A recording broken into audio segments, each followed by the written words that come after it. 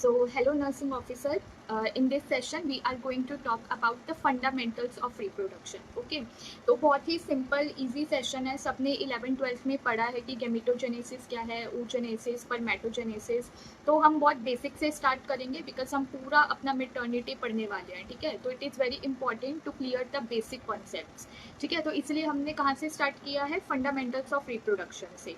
तो let's talk about the process of gametogenesis. Okay, so gametogenesis क्या है कि this is the process which is involve in the maturation. ठीक है, तो हम यहाँ पे क्या पढ़ रहे हैं, मैच्योरेशन पढ़ रहे हैं टू हाईली स्पेशलाइज सेल्स का. Now what are these highly specialise cells? तो देखो, मेल्स में क्या है, in the males it is spermatozoon. ठीक है, तो मेल्स में क्या है, it is spermatozoon. And in females, ठीक है, फीमेल्स में क्या है, दिस इज ओवम. तो हम क्या पढ़ रहे हैं, मेच्योर ओवम के बारे में पढ़ेंगे कि फीमेल्स में क्या हो रहा है, मेच्योर ओवम का डेवलपमेंट कैसे हो रहा है और मेल्स में स्पर्मेटोजोन का फॉर्मेशन कैसे हो रहा है. सो let's talk about the process of oogenesis. ठीक है, हमें फीमेल्स में क्या होता है, oogenesis हो रहा है, मेल्स में क्या है, स्पर्मेटोजेनेसिस हो रहा है. ठीक है, तो चलो अब ये देखो, अभी हमारे पास इधर क्या है, हमारे पास है oogonia. ठीक है, oogonia है हमारे पास. अब इस oogonia से एक मेच्योर ओवम कैसे बन रहा है हम वो देखेंगे. oogonia है, इस oogonia में क्या होता है अपना, oogonia undergoes mitotic division. मतलब क्या हो रहा है, इसमें माइटोसिस हो रहा है. तो oogonia में क्या हो रहा है, माइटोटिक डिवीजन हो रहा है. एंड एज एवरीबडी नोज कि ये जो माइटोटिक डिवीजन है ये क्या होता है, हमारा इक्वेशनल डिवीजन होता है. ठीक है, इक्वेशनल डिवीजन मीन्स कि ये जो oogonia है इट इज हैविंग 46 क्रोमोसोम्स होते हैं. ठीक है, कितने क्रोमोसोम्स होते हैं, 46 क्रोमोसोम्स होते हैं. और इन क्रोमोसोम्स का नंबर, व्हेन दीज oogonia जो है दे अंडरगो माइटोटिक डिवीजन, तो ये क्या बनाते हैं, हमारे प्राइमरी oocytes बनाते हैं. मतलब अपने नंबर को बढ़ा रहे हैं ये. इनमें अभी कोई रिडक्शनल डिवीजन नहीं हुआ है, क्रोमोसोम का नंबर डिवाइड नहीं हुआ है. यहाँ पे सिंपली क्या हो रहा है, जो oogonia है वो अपना नंबर बढ़ा रहा है. ठीक है, तो ये क्या बन जाते हैं, ये बन जाते हैं हमारे प्राइमरी oocytes. ठीक है, सेम नंबर ऑफ क्रोमोसोम है, कितने, 23 पेयर ऑफ क्रोमोसोम, 46 XX है. ठीक है, नाउ दीज प्राइमरी oocyte, अब इनका क्या होगा, ये जो प्राइमरी oocyte है दे अंडरगो फर्स्ट मेयोटिक डिवीजन. ठीक है, तो कौन सी मियोटिक डिवीजन में जा रहे हैं, ये जा रहे हैं फर्स्ट मियोटिक डिवीजन में. तो प्राइमरी oogonia से प्राइमरी oocyte बना, कैसे बना, माइटोटिक डिवीजन की हेल्प से. ठीक है, अब ये जो प्राइमरी oocytes हैं they undergo first meiotic division. And as everybody knows कि जो मियोटिक डिवीजन है वो क्या है, एक रिडक्शनल डिवीजन है. ठीक है, तो अब यहाँ पे क्या होगा कि जो क्रोमोसोम नंबर है वो हाफ हो जाएगा इन द सेकेंडरी oocyte में. ठीक है, अब देखो क्या है कि ये जो प्राइमरी oocyte है इनमें फर्स्ट मियोटिक डिवीजन हुआ, देन ये सस्पेंड हो जाते हैं, सस्पेंड और अरेस्ट हो जाते हैं कहाँ पे, प्रोफेज 1 में. ठीक है, prophase 1 of the first meiotic division, यहाँ पे ये सस्पेंड रहते हैं. कब तक सस्पेंड रहेंगे, टिल द प्यूबर्टी तक. ठीक है, ये कब तक सस्पेंड रह रहे हैं, टिल द प्यूबर्टी तक. ठीक है, नाउ जब जैसे ही प्यूबर्टी हिट करेगी, ये जो प्राइमरी oocytes हैं वो क्या हो जाएंगे, हमारे डेवलप हो जाएंगे इनटू सेकेंडरी oocyte में. और एक सेकेंडरी oocyte तो बन रहा है, दूसरा क्या बन रहा है, हमारा फर्स्ट पोलर बॉडी बनता है यहाँ पे. ठीक है, अब भाई क्यों जरूरी है, क्यों फर्स्ट पोलर बॉडी बन रहा है, देखो हमने अपना क्या किया, फर्स्ट मियोटिक डिवीजन हुई, हमने अपने क्रोमोसोम नंबर्स को डिवाइड कर लिया. क्योंकि क्या करना है, 40 हम डिप्लॉइड सेल तो नहीं बनाएंगे सेकेंडरी oocyte, क्योंकि स्पर्म भी आ रहा है. और स्पर्म के पास क्या होगा, 23 क्रोमोसोम्स होंगे, हमारा जो ओवम है उसके पास 23 क्रोमोसोम होंगे. देन दे फ्यूज टुगेदर और डिप्लॉइड सेल बनाएंगे जो कि जाइगोट है. इसीलिए इनका नंबर जो है वो 23 होना चाहिए. अब 23 कैसे होगा कि प्राइमरी oocytes में क्या हो गया, फर्स्ट मियोटिक डिवीजन हो गई विच इज अ रिडक्शनल डिवीजन. तो एक बन गया सेकेंडरी oocyte और एक बन गया फर्स्ट पोलर बॉडी. ठीक है, ये जो फर्स्ट पोलर बॉडी है इसके पास क्या आ गई, 23X आ गई. और सेकेंडरी oocyte है उसके पास भी क्या है, 23X आ गई. Now this first polar body है स्कैंटी साइटोप्लाज्म. जितना भी साइटोप्लाज्म है वो क्या कर लेता है, हमारा सेकेंडरी oocyte ले लेता है. एंड ये जो फर्स्ट पोलर बॉडी है वो अपने आप डिजनरेट हो जाएगी. बस हमें अपना क्रोमोसोम नंबर को इक्वली डिवाइड करना था, इसलिए हमारी फर्स्ट पोलर बॉडी बनी. ठीक है, अब नाउ दिस सेकेंडरी oocyte, इस सेकेंडरी oocyte का क्या होगा, ये जाएगा सेकेंड मियोटिक डिवीजन में. ठीक है, इसमें क्या होगी, सेकेंड मियोटिक डिवीजन होगी. और ये भी क्या रहेगा, सस्पेंड रहेगा या फिर अरेस्ट रहेगा, कहाँ पे, मेटाफेज 2 में. ठीक है, तो किसमें सस्पेंड रहेगा, मेटाफेज 2 में of the second meiotic division. ठीक है, और इसकी जो सेकेंड मियोटिक डिवीजन है वो कब कंप्लीट होगी, जब ये फर्टिलाइज हो जाएगा।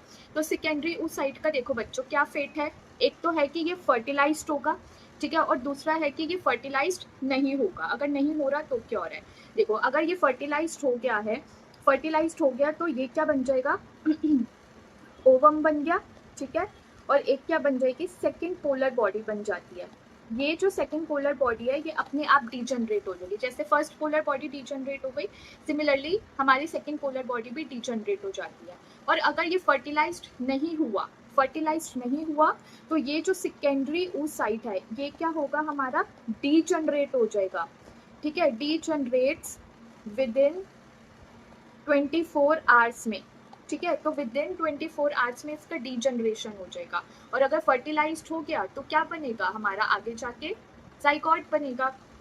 चलो अब कुछ इंपॉर्टेंट पॉइंट्स हैं। क्या इंपॉर्टेंट पॉइंट्स हैं कि देखो 20th वीक पे, मतलब आप देख रहे हो कि फीटल लाइफ में जो एक वो बेबी गर्ल है उसमें क्या है कि फीटल लाइफ में ही जो oocytes हैं वो बनना स्टार्ट हो जाते हैं, जबकि जब हम स्पर्मेटोसाइट्स पढ़ेंगे तो वो प्रोसेस तब आपकी प्यूबर्टी पे हो रही है। और यहाँ पे क्या है, फीटल लाइफ में सब काम लड़की अपना खत्म करके बैठती है। ठीक है, तो 20th वीक पे क्या हो रहा है तो ऐसे question, simple one liner question sometimes नॉर्सेट में पूछे जा सकते हैं कि मैक्सिमम जो ऊगोनिया है वो क्या है, हमारे 20th वीक पे प्रेजेंट होते हैं। तो कितने होते हैं, approximately 7 million.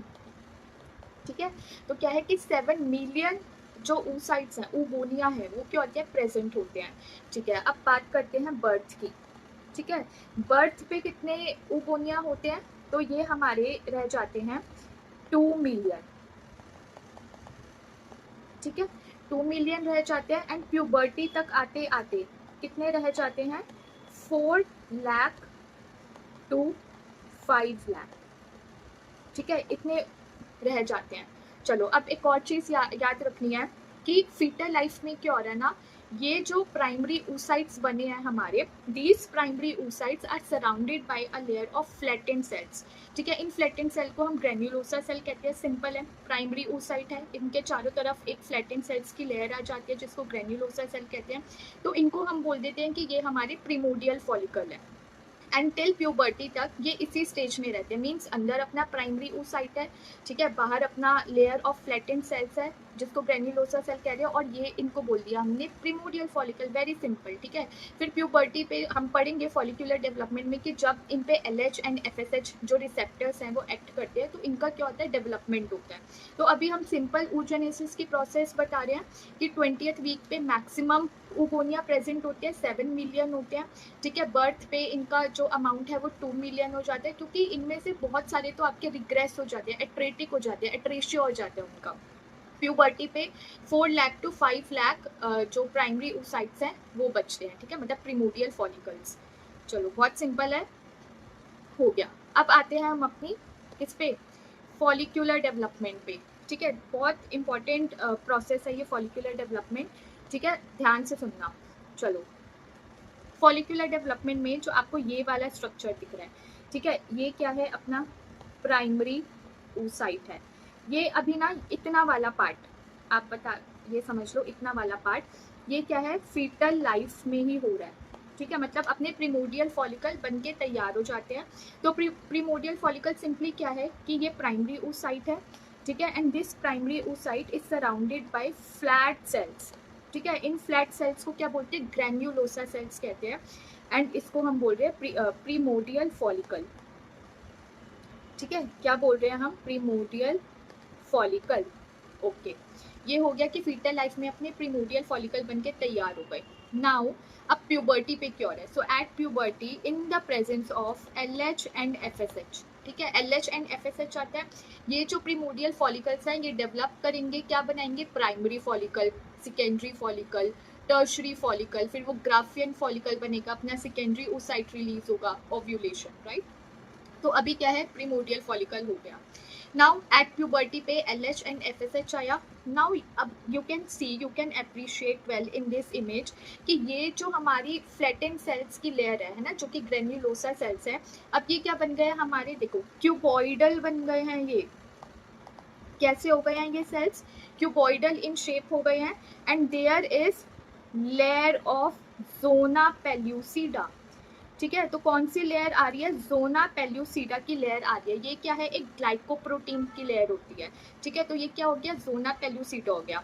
Primordial follicle, LH FSH आया, एक्ट किया, क्या बन गया, प्राइमरी फॉलिकल. ये जो प्राइमरी फॉलिकल है, so how can we differentiate primary follicle from the primordial follicle, कि ये जो प्राइमरी फॉलिकल है इनमें जो हमारे प्रीमोडियल फॉलिकल में फ्लैटेंड सेल्स थे, नाउ प्राइमरी फॉलिकल में ये क्यूबॉइडल हो गए हैं. ठीक है, डिफ्रेंशिएट हो गए हैं, वेल डिफ्रेंशिएट हो रहे हैं, क्यूबॉइडल सेल्स में ट्रांसफॉर्म हो गए हैं. और दूसरा एक जोना पेल्यूसिडा की लेयर आ रही है. ठीक है, ये ग्लाइकोप्रोटीन से बनी हुई होती है, जोना पेल्यूसिडा. चलो अब क्या है कि ये जो हमारा प्राइमरी फॉलिकल है, ये किस में ट्रांसफॉर्म होगा, डेवलप होगा into the secondary follicle. Okay, चलो अब बताओ सेकेंडरी फॉलिकल में क्या दिख रहा है, क्या दिख रहा है बताओ, प्राइमरी oocyte है ये वाला. ठीक है, इसके बाहर क्या है, जोना पेल्यूसिडा की लेयर है. अब ये जो आपको ब्लैक है ना, ये ब्लैक वाला दिख रहा है, तो ये क्या है, ग्रेन्युलोसा सेल्स है. ये ग्रेन्युलोसा सेल्स और डिफ्रेंशिएट हो रहे हैं और क्या बन गए हैं, कोलमनार बन गए हैं. ठीक है, पहले फ्लैट से क्यूबॉइडल, क्यूबॉइडल से कोलमनार. ठीक है, तो सेकेंडरी जो फॉलिकल है वो क्या है, उनमें जो ग्रेन्युलोसा सेल्स है, additional layer of granulosa cells आ गई, मतलब प्रोलिफरेट कर रहे हैं एंड कोलमनार बन गए हैं. विद क्या आ गया है, differentiating into theca interna and theca externa. ठीक है, तो क्या है, थीका इंटरना, ये वाला जो पिंक आप देख रहे हो ना, ये जो एक लेयर आ रही है, तो ये क्या है, theca interna and theca externa बन जाता है. देखो प्रीमोडियल फॉलिकल के अंदर भी प्राइमरी oocyte है, अभी तक प्राइमरी फॉलिकल के अंदर भी अपना प्राइमरी oocyte है. ये जो सेकेंडरी फॉलिकल है, इसकी ना कुछ स्टेजेस होती है, जैसे प्री एंट्रल मतलब एंट्रल कैविटी बनने से पहले, फिर है एंट्रम मतलब जब आपका फ्लूइड फिल्ड कैविटी बन गया, फिर है late ovulatory phase. Late ovulatory phase में ही क्या होता है कि जो प्राइमरी oocyte है, मैंने बताया था कि प्यूबर्टी पे क्या होता है, ये जो प्राइमरी oocyte है, they complete their first meiotic division and develop into secondary oocyte. तो जो लेट ओव्यूलेटरी फेज है, उसी में क्या हो रहा है कि ये जो प्राइमरी oocyte है वो अपनी फर्स्ट मेयोटिक डिवीजन कंप्लीट करता है और क्या होता है, सेकेंडरी oocyte में डेवलप हो जाता है. चलो इस डायग्राम की हेल्प से देखेंगे हम. इस डायग्राम में क्या दिखाया गया है, ये आपका क्या है, प्रीमोडियल फॉलिकल है. ठीक है, ये वाला कि छोटा सा है, प्राइमरी oocyte है, फ्लैट सेल्स की लेयर है. ठीक है, फिर ये जो एक और फिर इधर क्या है आपका, जोना पेल्यूसिडा आ रहा है. नाउ दिस प्राइमरी जो फॉलिकल है, ये क्या है आपका, बदल रहा है, क्यूबॉइडल सेल आ गए हैं. ठीक है, ओके 1 सेकेंड. देखो ये क्या आ गई, क्यूबॉइडल सेल आ गई, अंदर आपका प्राइमरी oocyte है, जोना पेल्यूसिडा है. ये क्या हो गया, secondary follicle.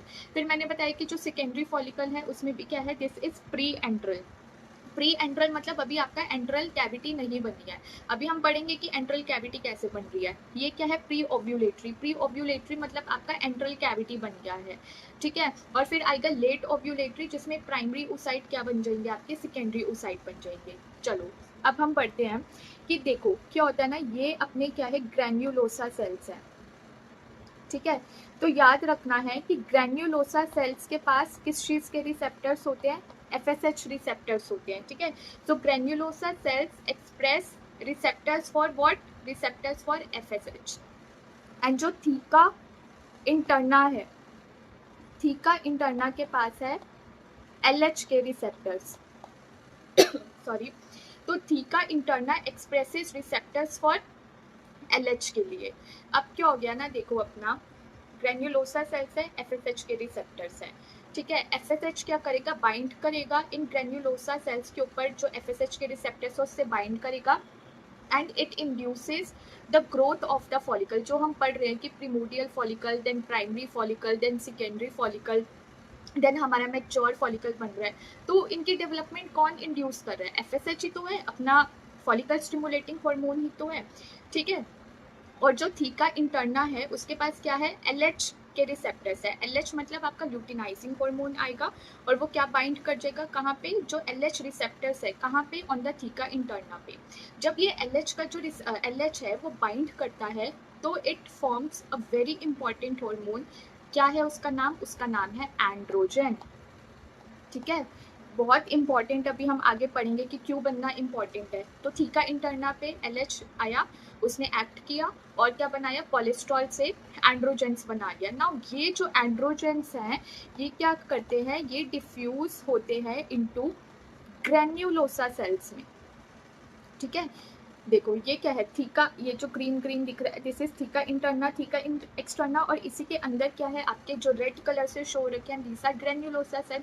So adjacent to the theca layer we have granulosa cell. तो ये जो एंड्रोजेंस हैं ये क्या करते हैं, ग्रेन्युलोसा सेल्स में डिफ्यूज कर जाते हैं।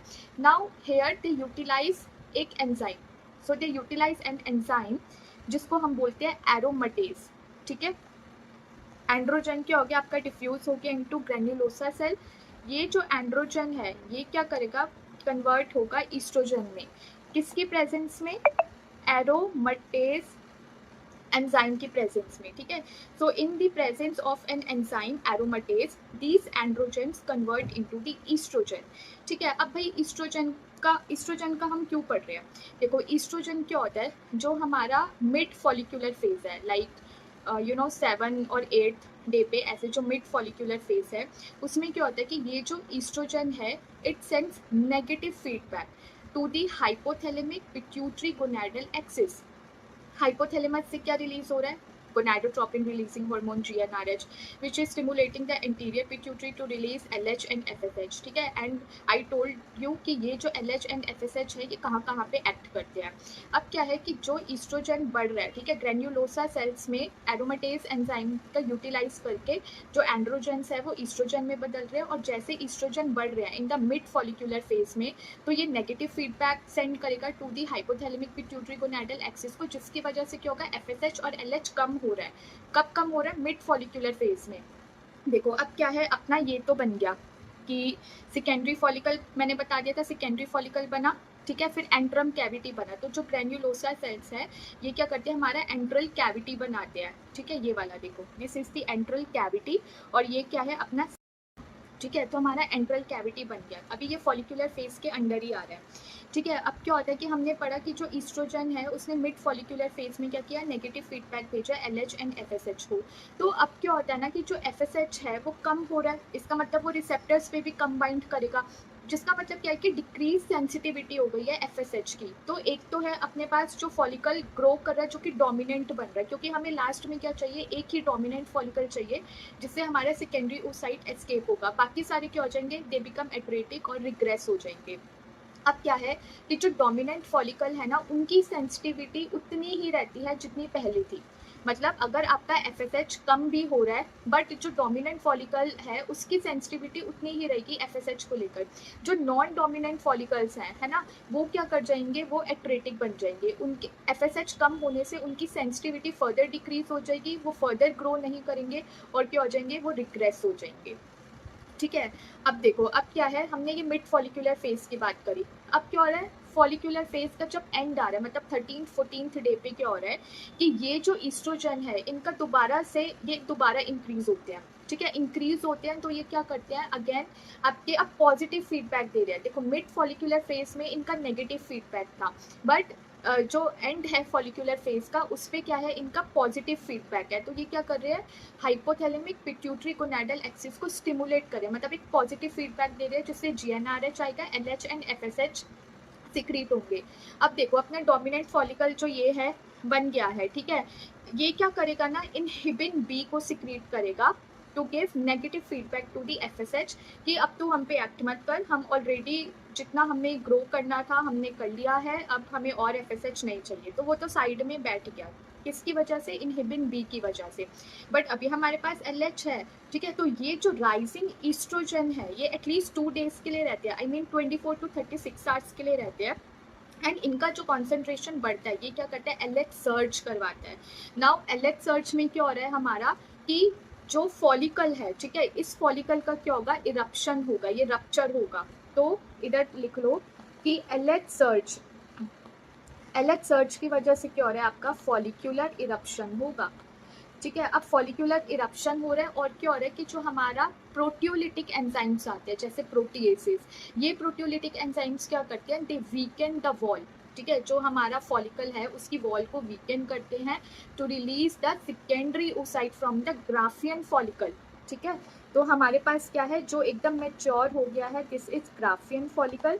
और इस ग्राफियन फॉलिकल से क्या होगा, there would be escape of, किसका एस्केप होगा, सेकेंडरी oocyte का। ठीक है, और अगर इसको स्पर्म मिल जाता है तो इसकी सेकेंड मेयोटिक डिवीजन कंप्लीट हो जाएगी। और ये किसकी वजह से हो रहा है, एलएच सर्च की वजह से हो रहा है। ठीक है, अब देखो सेकेंडरी oocyte अपना रिलीज हो गया, वहां पे वो स्पर्म के लिए वेट करेगा। नाउ जो रेमिनेंट है ऑफ द ग्राफियन फॉलिकल, ठीक है, तो remnant of the Graafian follicle क्या बना देगा, अपना कॉर्पस ल्यूटियम। ठीक है, तो ये क्या आ गया, आपका ल्यूटियल फेज आ गया। पहले आपका फॉलिकुलर फेज था, तो जो 3 to 5 डेज है वो तो मेंस्ट्रुअल फेज है। ठीक है, जिसमें एंडोमेट्रियम श्रेड हो गई। देन 6 to 13 डेज तक के लिए आपका फॉलिकुलर फेज है। अगर हम एक 28th डे टिपिकल साइकिल की बात करें तो उसमें 14th डे पे क्या हो गया, ओव्यूलेशन हो गया। देन 15 to 28 to 29 डेज है ना, वो क्या है, आपका ल्यूटियल फेज है। तो इस ल्यूटियल फेज में क्या होता है, जो रेमिनेंट्स है of the Graafian follicle, they become the corpus luteum. और ये जो कॉर्पस ल्यूटियम है ये कौन सा हार्मोन सिक्रीट करता है, इट सिक्रीट्स प्रोजेस्टेरॉन। ठीक है, अब भाई क्यों, अगर मान लो फर्टिलाइजेशन हो गया तो हमें अपनी जो एंडोमेट्रियल वॉल है उसको क्या बनाना है, रिसेप्टिव एंडोमेट्रियम बनाना है फॉर द इम्प्लांटेशन के लिए। इम्प्लांटेशन कहाँ पे हो रहा है, एंडोमेट्रियम लाइनिंग पे ही तो हो रहा है, तो हमें उसको क्या बनाना पड़ेगा, ग्लैंडुलर बनाना पड़ेगा, है ना, वेलकमिंग सा बनाना पड़ेगा कि हमारा जो ब्लास्टोसिस्ट है ना, क्योंकि इम्प्लांटेशन कौन से फेज में होता है, हम आगे पढ़ेंगे, ब्लास्टोसिस्ट की स्टेज में होता है, तो इम्प्लांटेशन होगा। तो ये जो चीज़ें हैं वो कौन करवा रहा है, प्रोजेस्ट्रॉन हार्मोन करवा रहा है। तो corpus luteum is secreting progesterone hormone. ठीक है, अब क्या हुआ कि फर्टिलाइजेशन मान लो नहीं हुआ, स्पर्म नहीं मिला ओवम को, तो अब क्या होगा कि ये जो कॉर्पस ल्यूटियम है इसका रिग्रेशन हो जाएगा, दिस वन। ठीक है, ये रिग्रेस होके क्या बन जाएगा, ये बन जाएगा कॉर्पस एल्बिकेंस। ठीक है, और अगेन एफएसएच का लेवल बढ़ जाएगा to recruit more, to recruit follicles for the next cycle के लिए, अब नेक्स्ट साइकिल स्टार्ट हो जाएगी। So this was about the follicular development. Okay, okay, so let's talk about the LH surge. ठीक है, एलएच सर्च वही है, बता दिया है। एलएच सर्च में क्या हो रहा है हमारा कि sustained peak level of oestrogen for 24 to 36 hours के लिए। ठीक है, तो ईस्ट्रोजन क्या है, अपने पीक पे है 24 to 36 आवर्स के लिए। फिर क्या हो रहा है हमारा, वो क्या करेंगे कि एलएच सर्च करवाएंगे जिससे हमारा लुटिनाइजिंग हार्मोन आएगा और वो क्या करेगा, उसकी वजह से जो फॉलिकुलर इरप्शन होगा, प्रोटियोलिटिक एंजाइम्स आएंगे जो कि फॉलिकुलर जो वॉल है ना, उसको क्या कर देंगे, वीकन कर देंगे और एस्केप करवाएंगे सेकेंडरी oocyte का।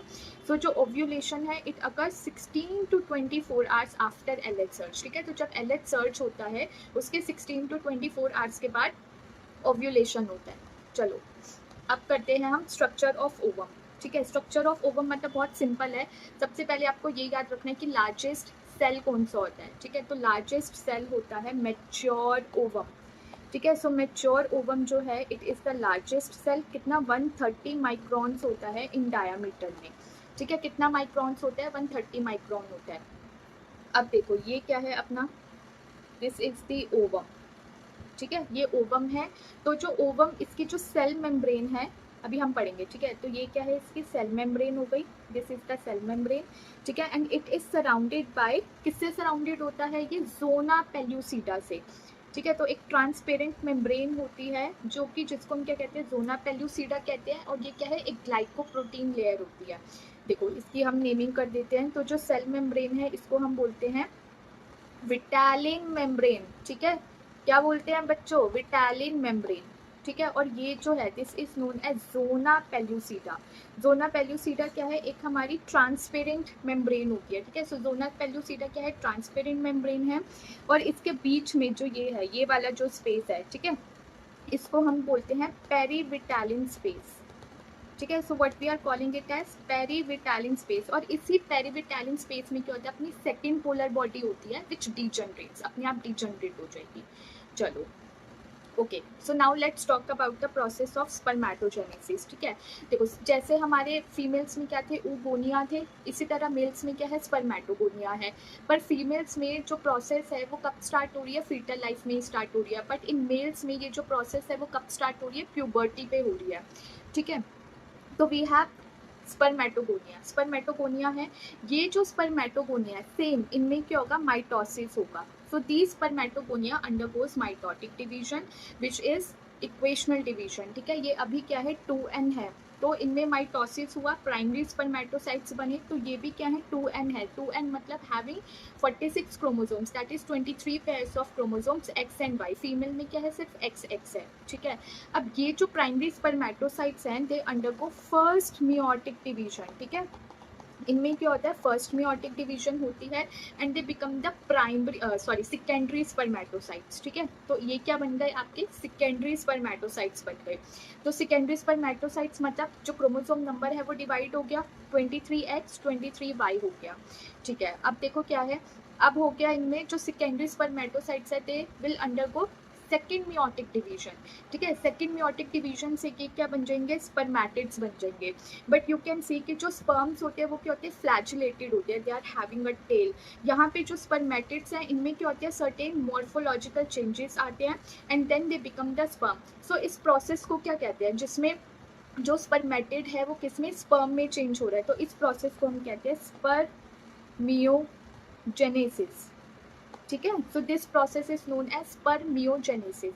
अब क्या होता है कि देखो मॉर्फोलॉजिकल चेंजेस आ गए, इसकी टेल हो जाती है, मिडल पीस हो जाता है, नेक हो जाता है। ठीक है, अब ये जो स्पर्म है, क्योंकि ये प्रोसेस क्या हो रही है, सेमिनिफेरस ट्यूब्यूल्स में हो रही है, तो हमारे जो सेमिनिफेरस ट्यूब्यूल्स है उसमें क्या होते हैं, Sertoli cells are present. Now ये जो स्पर्म है ये अपने हेड को क्या कर लेते हैं, एम्बेडेड कर लेते हैं in the Sertoli cells. Why, क्योंकि सर्टोली सेल्स इनको न्यूट्रिशन प्रोवाइड करते हैं, भाई इनको भी तो न्यूट्रिशन चाहिए ना, तो न्यूट्रिशन प्रोवाइड करते हैं। सो द प्रोसेस जिससे जो स्पर्म का हेड है वो क्या होता है, रिलीज होता है फ्रॉम द सर्टोली सेल, उस प्रोसेस को हम कहते हैं स्पर्मिएशन। ठीक है, तो क्या बोलते हैं उस प्रोसेस को, स्पर्मिएशन, जिसमें there is release of the head of sperm from the Sertoli cells. चलो बहुत बढ़िया, अब पढ़ते हैं कि the time required for the spermatogonium to develop into mature spermatozoon. ठीक है, तो स्पर्मेटोगोनियम से एक मैच्योर स्पर्मेटोजोन बनने में कितना टाइम लगता है, इट टेक्स अबाउट 61 डेज। ठीक है, कितना टाइम लगता है, 61 डेज लगते हैं। चलो अब पढ़ते हैं हम कि स्पर्म कैपेसिटेशन क्या है। देखो स्पर्म कैपेसिटेशन क्या है, डेफिनेशन लिख लो कि it is a physiochemical process. ठीक है, तो ये कौन सी प्रोसेस होती है, एक फिजियोकेमिकल प्रोसेस होती है जिसमें क्या होता है, इन विच स्पर्म जो है बिकम्स हाइपरमोटाइल।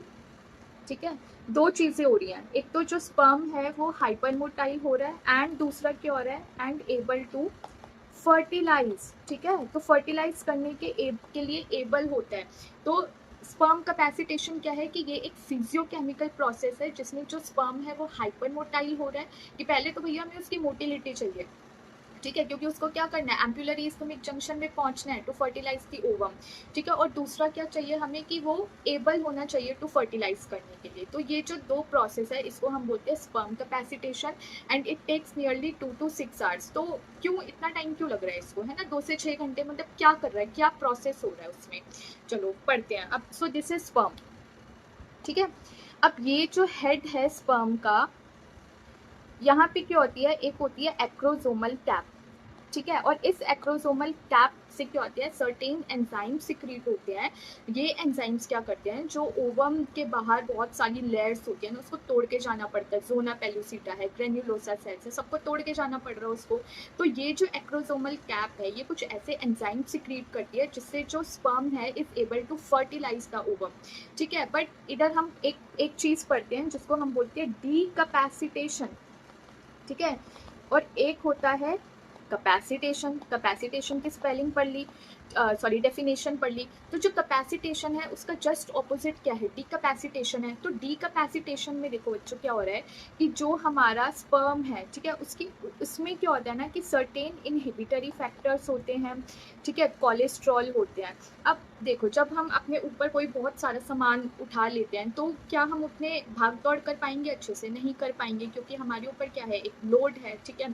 इसी तरह स्पर्म के साथ होता है कि इसमें क्या होता है ना, सर्टेन इनहिबिटरी फैक्टर्स होते हैं एंड कोलेस्ट्रॉल होते हैं। तो ये क्या करता है, ये दो चीज़ें करता है। एक तो स्पर्म को क्या कर रहा है, लेस मोटाइल बना रहा है, ठीक है, इसकी मोटिलिटी को डिक्रीज कर रहा है, पहली चीज़। दूसरी चीज़ क्या हो गई कि प्रिवेंट्स रिलीज ऑफ एंजाइम, ठीक है, एक्रोसोमल कैप से जो एंजाइम्स रिलीज होने हैं टू फर्टिलाइज दी ओवम, उनको रिलीज नहीं होने देता। क्यों? क्योंकि भाई इसके ऊपर इनहिबिटरी फैक्टर्स और कोलेस्ट्रॉल बैठे हुए हैं। तो अब हमें क्या करना है, इन इनहिबिटरी फैक्टर्स और कोलेस्ट्रॉल को हटाना है और अपनी स्पर्म की मोटिलिटी को बढ़ाना है, जिसको हम कैपेसिटेशन कह रहे हैं, ठीक है। तो क्या होता है कि एज सून एज जो स्पर्म है it reaches the genital tract, तो वहाँ पे क्या होता है, फ्लूइड प्रेजेंट होता है, ठीक है। और ये जो फ्लूइड है it washes away inhibitory factors and cholesterol, ठीक है। इनहिबिटरी फैक्टर और कोलेस्ट्रॉल को क्या कर देगा, वॉश कर देगा, सर्टेन चेंजेस आएंगे, जिसकी वजह से क्या होगा, जो स्पर्म है वो capacitation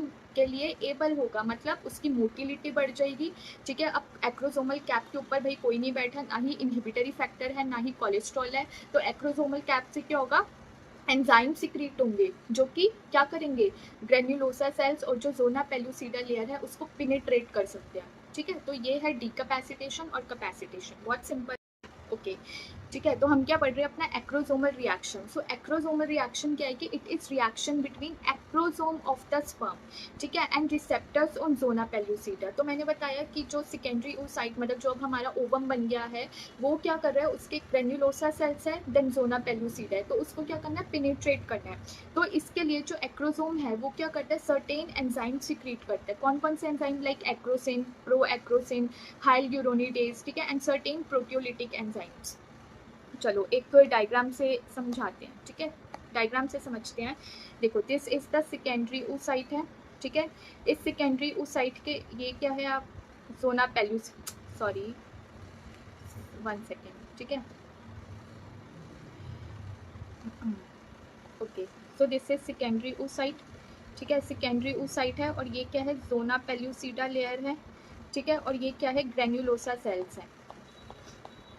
so these are granulosa cells, ठीक है। अब क्या होता है ना कि ये जो ग्रेन्युलोसा सेल्स हैं they are held together by, किससे हेल्ड टुगेदर होते हैं, बाय हाइल्यूरोनिक एसिड से, ठीक है। तो हाइल्यूरोनिक एसिड से जो ग्रेन्युलोसा सेल्स हैं they are bind together. Now अब मैंने बताया कि ये जो एक्रोसोम है वो कौन सा एंजाइम सिक्रीट कर रहा है, वन ऑफ देम इज हाइल्यूरोनिडेज। तो जो हाइल्यूरोनिडेज एंजाइम है वो क्या करता है, इट डीपोलिमराइजेस, मतलब ये जो हाइल्यूरोनिक एसिड जो बन रहा है उसके जो बॉन्ड है उसको ब्रेक करता है। ब्रेक करेगा तभी क्या होगा कि स्पर्म को एंट्री मिलेगी, ठीक है। तो जो ग्रेन्युलोसा सेल्स हैं वो किससे बाइंड है, बाय हाइल्यूरोनिक एसिड, एंड ये जो हाइल्यूरोनिडेज एंजाइम है इस बॉन्ड को क्या करेगा, ब्रेक करेगा और जोना पेलुसिडा के पास जाएगा, ठीक है। अब देखो अब क्या होगा कि दिस इज अगेन आपका ओवम है, ठीक है, और ये क्या है, जोना पेलुसिडा है, ठीक है। ZP वही बताया कि इसके ऊपर ZP3 ZP2 ऐसे प्रोटीन्स होते हैं, ठीक है। तो जैसे ही क्या होता है, स्पर्म जो है ये इसके साथ बाइंड होगा, तो as the sperm binds to the zona pellucida, तो क्या होता है ना कि कैल्शियम का इन्फ्लक्स होता है, किसके अंदर, ओवम के अंदर, मतलब जो अपना सेकेंडरी oocyte है उसके अंदर, ठीक है। जैसे ही कैल्शियम का इन्फ्लक्स होगा तो यू कैन सी हेयर कि देखो क्या होता है ना, इस जो ये सेकेंडरी oocyte है इसके अंदर ना लाइजोसोम्स होते हैं। लाइजोसोम्स के अंदर क्या है, कॉर्टिकल ग्रेन्यूल्स है। So lysosomes containing cortical granules, so as the sperm binds to the zona pellucida, so what happens that there is exocytosis, किसका, कॉर्टिकल ग्रेन्यूल्स का। So lysosome containing cortical granules, इनका exocytosis होता है। So you can see here कि यहाँ पे cortical granules है, फिर इनका क्या हो रहा है, एक्सोसाइटोसिस हो रहा है। अब इस एक्सोसाइटोसिस की वजह से क्या होता है कि इट कॉजेज ऊलेमा ब्लॉक, ठीक है, ज़ोना पेलुसिडा लेयर की को हार्ड कर देगा, ठीक है, उसको ब्लॉक कर देगा so that no more sperm can enter. तो उसको हम क्या बोल रहे हैं कि पॉलीस्पर्मी को प्रिवेंट कर रहा है, ठीक है। So what it is doing, it is preventing polyspermy, ठीक है। तो क्या हुआ हमारा, जैसे ही स्पर्म बाइंड कर गया to the zona pellucida, so there is influx of calcium. जैसे ही कैल्शियम बढ़ा तो लाइसोसोम कंटेनिंग कॉर्टिकल ग्रेन्यूल्स, उनका एक्सोसाइटोसिस हुआ। एक्सोसाइटोसिस हुआ तो क्या हो गया, ऊलेमा ब्लॉक हो गया। ऊलेमा ब्लॉक हो गया तो क्या हो गया, पॉलीस्पर्मी प्रिवेंट हो गई। अब क्या होता है कि नाउ एक जो स्पर्म जो बाइंड कर गया है उसका क्या है, हेड, मिडल पीस एंड जो टेल है, it enters the secondary oocyte leaving behind the plasma membrane. देखो इसका ये हेड है, ठीक है, और ये क्या कर रहा है, एंटर कर रहा है, और जो इसका प्लाज्मा मेम्ब्रेन है ये वाला, ये क्या हो जाएगा, पीछे ही रह जाएगा। तो जो स्पर्म का हेड है, मिडल पीस एंड जो टेल है, ये क्या बन जाएगा, मेल प्रोन्यूक्लियस बन जाएगा। और ऑलरेडी हमारे पास फीमेल प्रोन्यूक्लियस है, तो they will unite and form the zygote which is a diploid cell, ठीक है। तो this is the first part of the fundamentals of reproduction. Next हम पढ़ेंगे अपना इम्प्लांटेशन, की जाइगोट से मॉड्यूला बन रहा है, देन कैसे इम्प्लांटेशन हो रहा है, अबाउट द डेसिटुआ, ठीक है, वो सब पढ़ेंगे। And in case of any doubts you can comment me, okay.